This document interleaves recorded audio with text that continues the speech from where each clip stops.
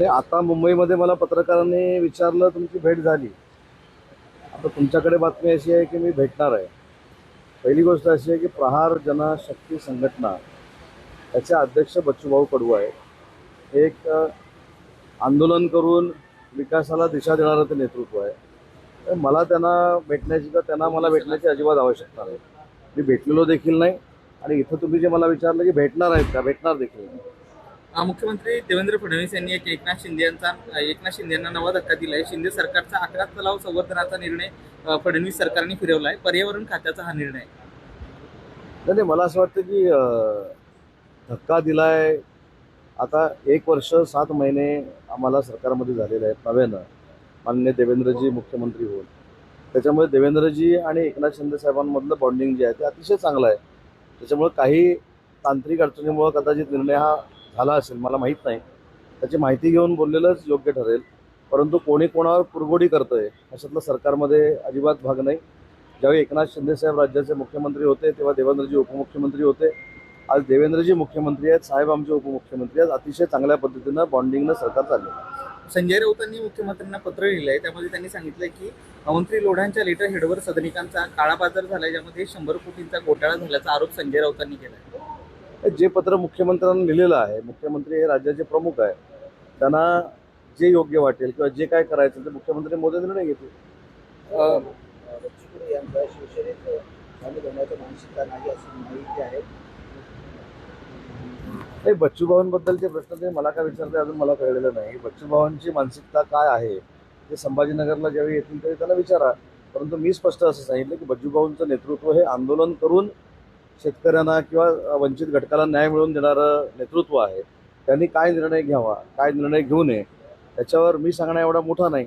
परंतु माझी त्यांची काही भेट झालेली नाही आणि ते मला संभाजीनगरमध्ये काही भेटणार नाही.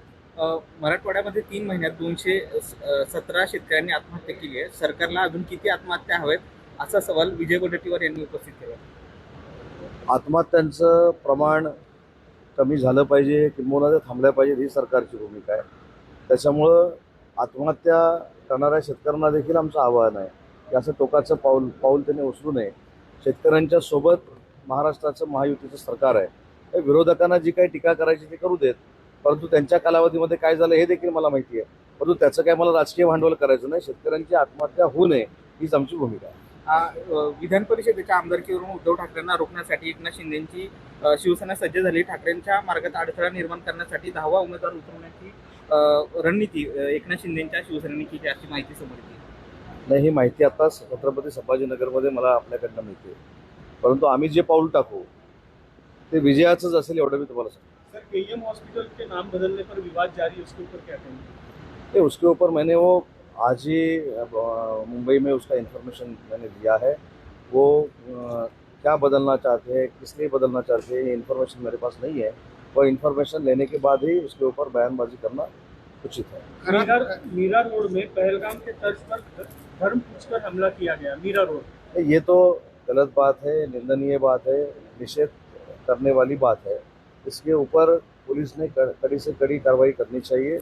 अगर ये प्रवृत्ति बढ़ जाएगी तो हर एक को तकलीफ होगी, इसलिए पुलिस ने कड़ी से कड़ी कार्रवाई करनी चाहिए. मोहन भागवत ने कहा है कि राम राज्य केवल राजा के कारण नहीं होता, प्रजा के कारण भी होता है. अभी मोहन भागवत साहब तो बहुत बड़े लीडर है, राष्ट्रीय स्वयंसेवक के वो प्रमुख है. उनके बोलने के ऊपर मैं बयानबाजी करने वाला इतना बड़ा लीडर नहीं हूँ. इसलिए उन्होंने कुछ सोचकर वो बयानबाजी की रहेगी या उन्होंने वो स्पीच में बोले रहेंगे. उसके ऊपर मैं बोलूँ इतना बड़ा मैं पॉलिटिकल लीडर नहीं हूँ. बाबाचं प्रकरण दाबण्यासाठी सरकारने TCS मध्ये जे काही प्रकरण आहे TCS प्रकरण बोगस आहे असं इम्तियाज जलील म्हणतात. इम्तियाज जलील काय म्हणतात, इम्तियाज जलीलांकडे अशा पुरावे असेल तर त्यांनी सरकारकडे द्यावेत. आणि आयजीना माझी विनंती असे इम्तियाज जलीलांकडे पुरावे असेल तर चौकशीला बोलवावं. सर, शेवटचा प्रश्न, मुख्यमंत्री असताना एकनाथ शिंदेने 11 तलाव संवर्धन प्रकल्प बोललो मी. बोललो ना. बोलले घेतलाय तो प्रश्न. घेतलाय. थँक्यू.